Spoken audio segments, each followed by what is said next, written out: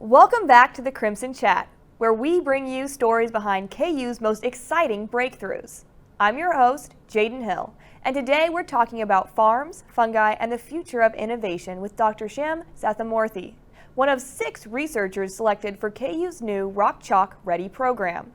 This program helps KU scientists turn bold ideas into real-world solutions. Dr. Sathyamoorthi's project? It's all about protecting crops and industrial systems from harmful microbes, like fungi or bacteria, that can damage food supplies and cost farmers millions. Dr. Sathyamoorthi, welcome to the Crimson Chat.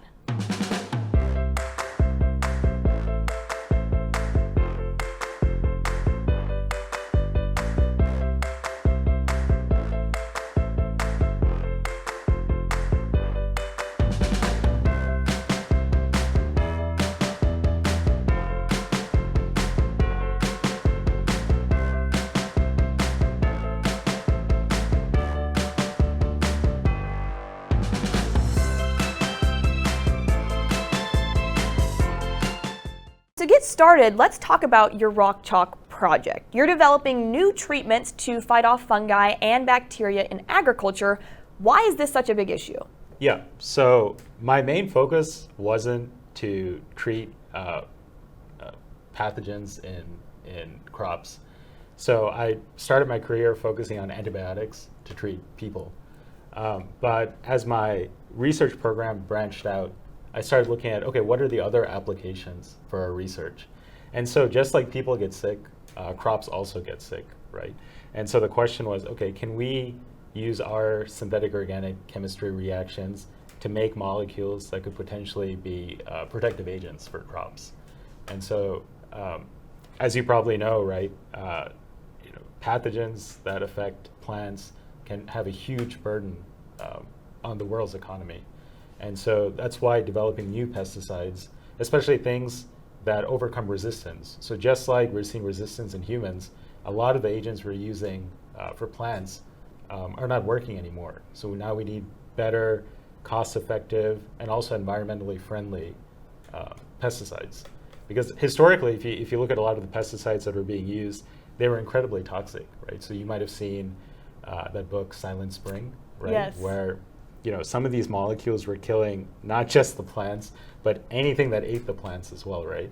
And so that's another aim, is to try to use some of these natural product compounds that are just much more environmentally benign to try to fight off these pathogens.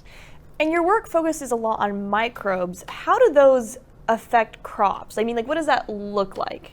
Yeah, that's right. So when you see, for example, you look at a plant and you see the brown spots on the plant, right? Where is that coming from? Sometimes that's an actual disease. The plant is sick with a fungal pathogen or a parasite that's actually causing that.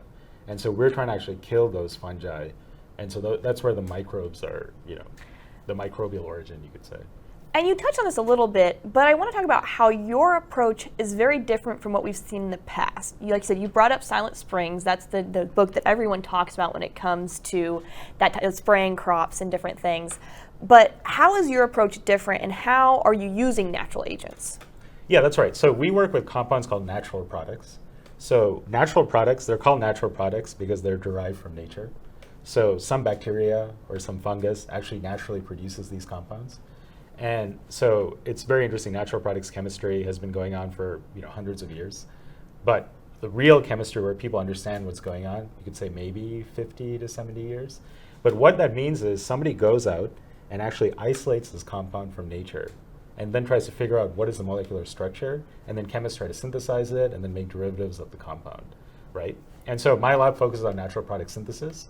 And so the hope is that since we're using these natural products, things that are from nature, they will be more environmentally benign, potentially, than fully synthetic compounds like the ones you're seeing in Silent Spring, that were very effective in killing microbes and plant pathogens, but also killed, like eagles and all the other, basically the entire ecosystem.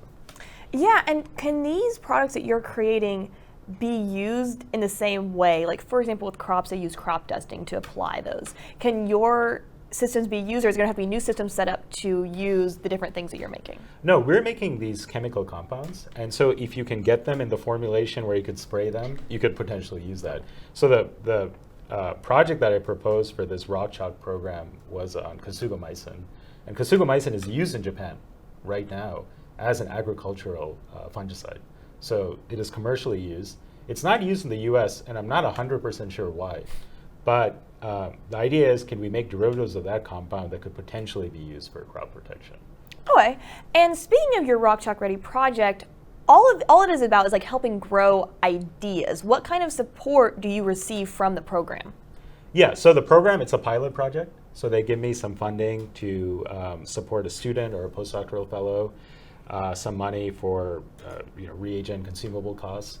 So it's a very generous amount of money, and I never expected to get it. I remember we got this funding call. So every day we get these emails from the University of Kansas that say, oh, there's this funding opportunity or that funding opportunity. And so I look through them and I see, okay, is there something I could potentially apply for? Most of the time, it's not really related to my research, right? It'll be like NASA or something, that's just not, what I do. But then I saw this from the Rock Chalk program, and I had recently applied for a patent through KU. So that, I've already worked with this Office of Technology Licensing a little bit. So I thought, okay, let me try for this. And so that's what happened. I put together a proposal, I think in the afternoon or a couple of days. Wow. And I sent it out. And then I heard back like 6 months later. I was like, wow, I can't believe it. Well, that's very exciting, and congratulations, of course, to you and your team. And looking at this project maybe more into the future, what does success look like for you guys? Is it actually getting this implemented? Is it getting that patent? Is it just synthesizing these materials? Like, what exactly is success? Yeah, that's right. I mean, research, like every step forward is a success, right? Most of the things that you do don't work, or you try something, you have all these ideas and they don't work, right? So I would say the smallest success is making these compounds, right? That itself is a huge challenge. These are complex molecules. Just to put in perspective, it could be a PhD student's thesis project, so 5 years to make a molecule of this complexity, right? So making these compounds would be great. Publishing, getting a patent, right? So we can maybe test these compounds for the agricultural fungicidal activity. And potentially, if we get a patent, we could maybe license the patent to some startup companies that are interested in this. So those are the different steps, basically. And I think that's what Rock Chalk wants to do, is try to find ways to translate basic science discoveries into more of applied company-type work. Yeah, well, that's amazing. And you mentioned that you started off researching humans. How does this project fit into your bigger research goals, or maybe just your goals overall in your profession? Yeah. So my research is, I think, broadly applying organic chemistry to the synthesis of anti-infective compounds. So when I started my career, I was only focused on people. So trying to develop antifungal agents to treat human pathogens, trying to develop antibacterial agents to treat human pathogens.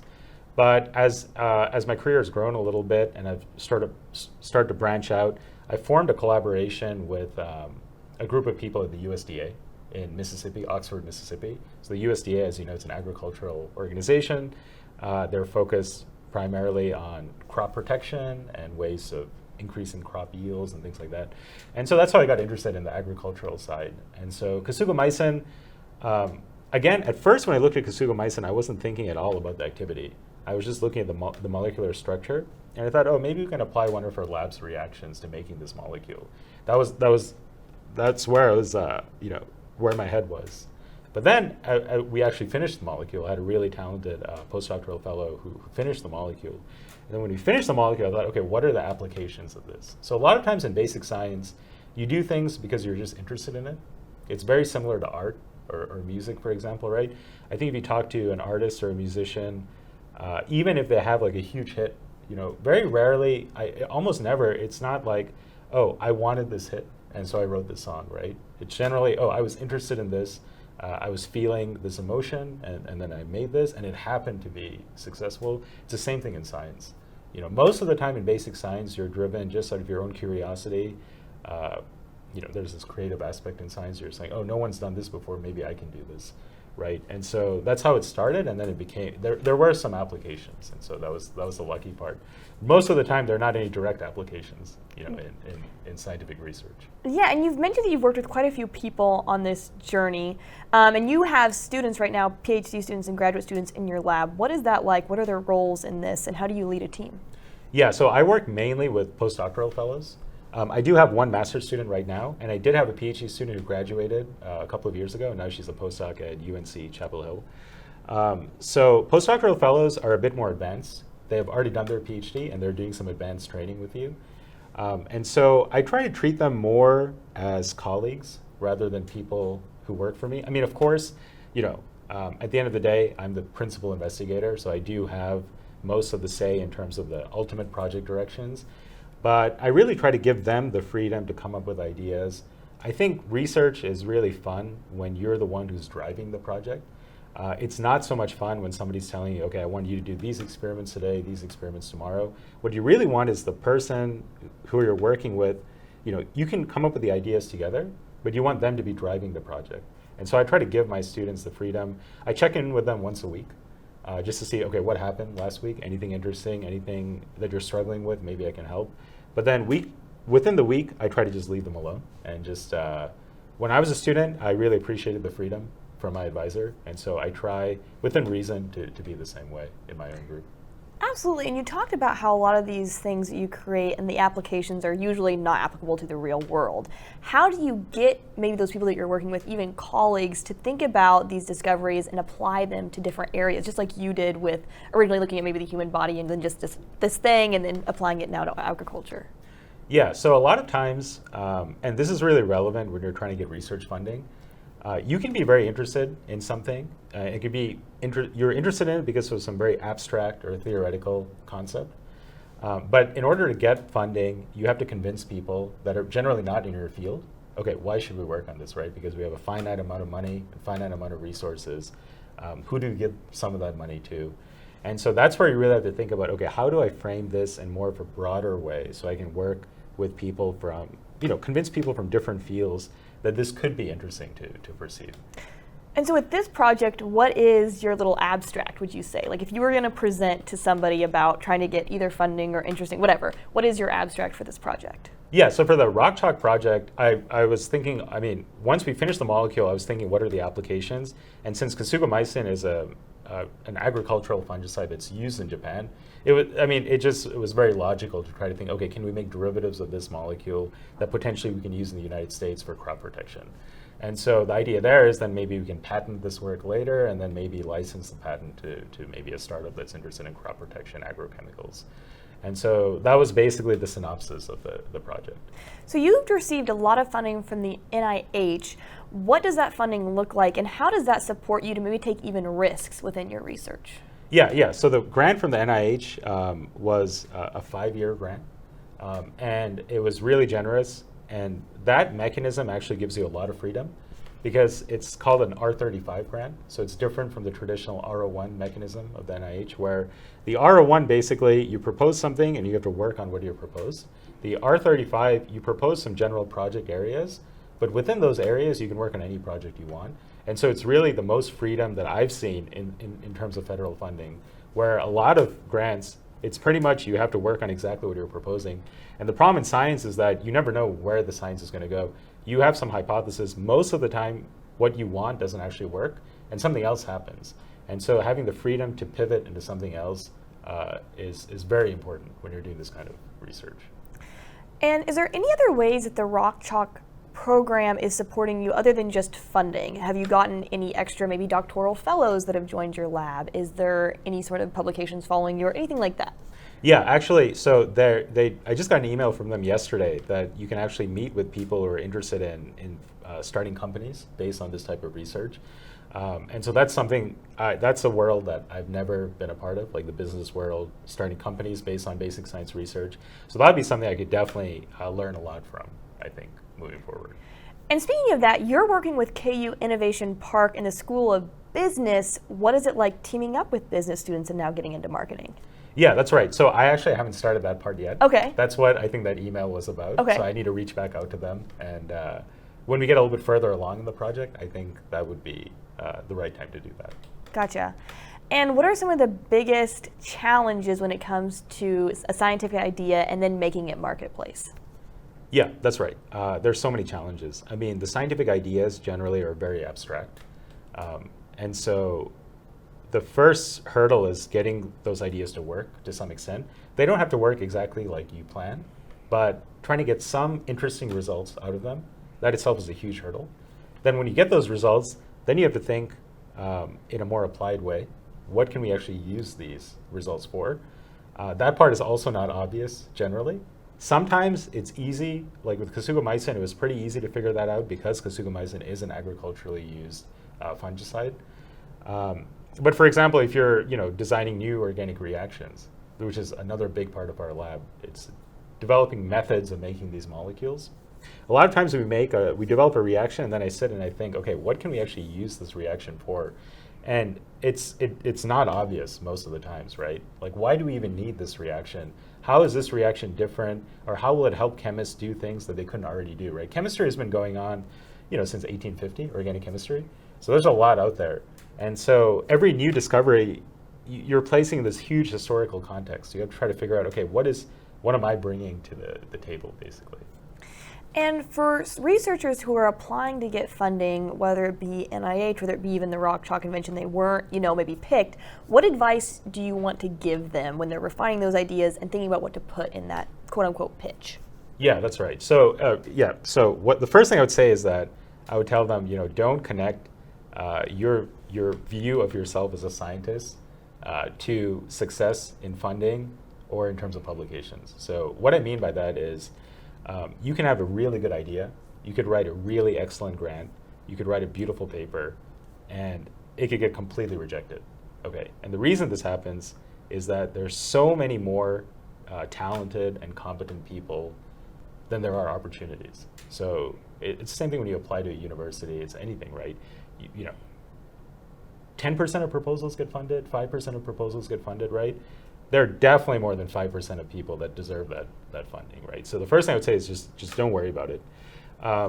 In terms of publications and grants, one thing that's helped is if for any funding opportunity, you should reach out to the people that are soliciting the grants.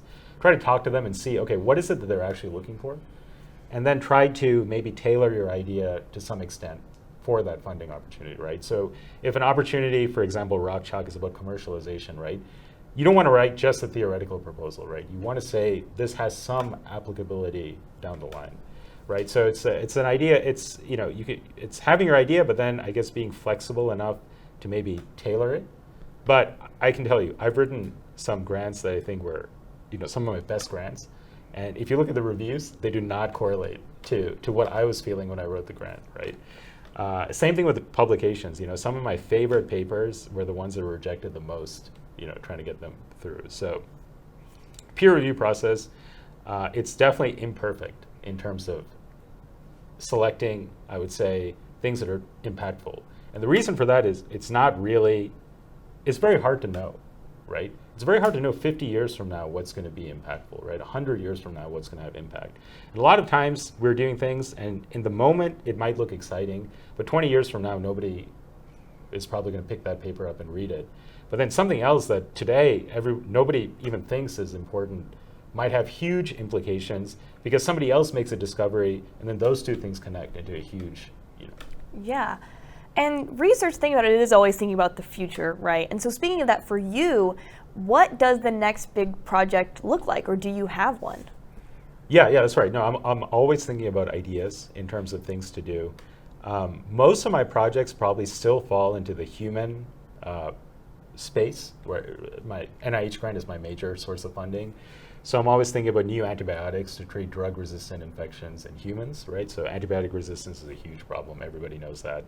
A lot of the antibiotics that were discovered in the 50s and the 60s, right, like tetracyclines, it's so much resistance, right? They don't even work half the time now, maybe more than half the time. So that's a big problem, right? Trying to come up with new benign treatments for antimicrobial diseases, antibacterial antibiotics, antifungal antibiotics. Those are the main things that I think about, and I'm always thinking about new organic reactions, but that's more of the abstract theoretical side of the lab, where I guess unless you're an organic chemist, it'll be hard to say, oh, why is this cool, right? You kind of have to know the history of organic chemistry to try to say, oh, this transformation is kind of cool. But in terms of speaking to a general audience, right, people who are not maybe organic chemists, I would say like the anti-infective space is the more relatable side of my lab.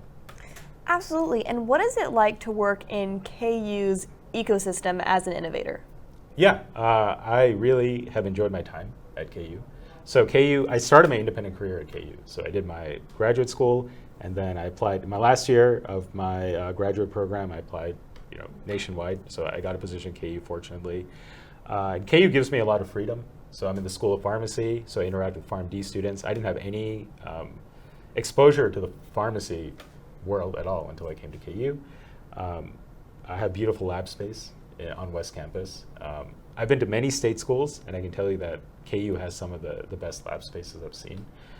Even if I compare to Stanford, for example, where I did my PhD, the lab space I have is comparable, I think, to the lab space I saw there, which is great, especially given the resources that a place like Stanford has and the resources a place like KU has. The fact that they're able to provide this is amazing, I think.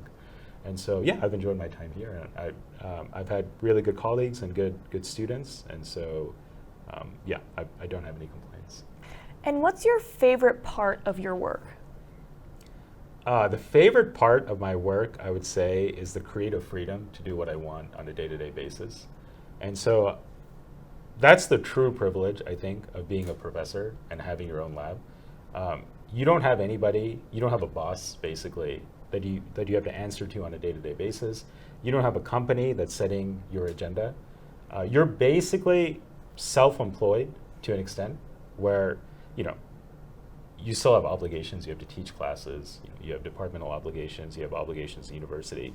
But day to day, it really is like running your own business. And so that is the fact that I can work on what I want. I can set my schedule. It's such a privilege. And speaking of more of the educator side of what you do, what classes do you teach, and what is it like to be a professor? Yeah, so I teach PharmD classes, and I also teach graduate classes. And so when I was a student, so when you're a student, you sit through all these lectures, right? And I would sit through the lecture and I would think, wow, this is so easy. Like, I think I could do this. I don't see why this is difficult. Then when I had to become a professor and then actually had to do this, I had to give the lectures, I realized how difficult it is to be a good teacher. It's not easy to give a 50-minute lecture when you're the only one talking. And you have to lecture on topics that you're not thinking about generally on a day-to-day basis, right? Any general course, you're going to be teaching a variety of topics. And so I had to work a lot, actually, on improving my skills, I think, as a lecturer. And it also gave me a much greater appreciation for good lecturers and what they really go through, I think. And what did that preparation look like for you preparing to be a good teacher? Because it really is a totally different skill set to maybe even have all that knowledge, but translating that knowledge is totally different. So what did you do to maybe become better? Yeah, so what I would do is I would watch lectures. So before I started my lecture series, I watched the previous professor's lectures on a similar topic. And then after that, I started watching my own lectures. And so I saw, oh, I'm like hesitating on here, or I should slow down. I'm going way too fast here. And so I would be my own coach. And then, so that's improved. So now I've been doing this for 5-6 years. I'm getting more comfortable. Public speaking is also not that easy. I used to get very anxious about it when either giving presentations, like even on my research, or also giving lectures in front of the class. And that takes time. I think people, I was listening to this interview with a stand-up comedian, actually, and he was saying the people that are comfortable on stage have done it thousands of times. And that's when I realized, wow, it really is its own skill. Yeah. And what advice, maybe particular advice, would you give to professors, maybe if they're just starting out, or even just educators in general, that you've just noticed through watching yourself and others? Yeah, I would say just be patient. Don't worry. Everybody gets very anxious at first. And the first couple of years are very tough for anybody. So that's normal. If you're not feeling that, either you probably might be a savant in terms of public speaking. And then I would just say record yourself and watch the videos. And even though it can be painful when you are stumbling or making mistakes, that's probably the best way to improve. And for students who are looking to go into research eventually at some point, do you have any advice for them? Yeah. I would say don't go into research unless you are completely self-motivated. So it's the same advice I would give to somebody who says, oh, I want to be a musician, or I want to be a professional athlete, or I want to be, whatever it is where in research, I would say like 5 to 10% of students get to the point where they can run their own lab, right? If you look at the many thousands, millions of PhD students, right, 5 to 10% now get to the point where they can direct their own research, right? And so I think to get to that percentage, you have to be completely obsessed with it. And so I would say that if you're truly passionate about it and you're driven by the creativity, like don't worry about the politics of research, don't worry about the fame and the prizes, the Nobel Prizes, like don't worry about any of that stuff. If you're thinking about it when you wake up in the morning and you're thinking about it before you go to bed, then you'll probably enjoy a research career because it's a tough career. It's a lot of instability. These grants, they last so Rock Chalk lasts for a year, right? The NIH lasts for 5 years, NSF lasts for 3 years. At the end of that, you don't know if you're going to get another source of funding or not, right? Papers are constantly getting rejected, grants are constantly getting rejected. Your experiments, if you're in the lab, I'm in the lab still, around 50% of my time. Experiments, don't work, for me. Just because I became a professor doesn't mean my experiments have started working more than when I was a student. I mean, I have more experience now, but most of my experiments fail as well. So you have to be able to deal with all of these kinds of things. And I think if you're truly passionate about it, that buffers some of the difficulties. Do you want to speak a little bit to this idea of failure? Because I think a lot of people, not even just students in general, have a really big fear of failure. What does that look like as a scientist who most of the time you're failing? Yeah, that's right. So fear of failure is common. I still have it for sure. And I think everybody, the reason you have a fear of failure, I think, is because you want to achieve a lot. And the thought of not achieving it causes anxiety, which is completely normal. But I think fear of failure, overcoming that, just like anything else, is just a skill. And so by failing a lot, you get more and more accustomed to it. And so I would say, don't let the fear stop you. Just if you want to do experiments, do the experiments, right? It's an experiment. It's called an experiment because you don't know what's going to happen, right? If it worked every time, it wouldn't be called an experiment. It would be called a protocol. Well, Dr. Sathyamoorthi, thank you for sharing your work and vision. Your project is a powerful example of how KU researchers are solving real-world problems and turning lab discoveries into tools for change. To our listeners, stay curious, stay bold. Make sure you follow us on social medias to stay up to date with what we're doing, and we'll see you next time on the Crimson Chat.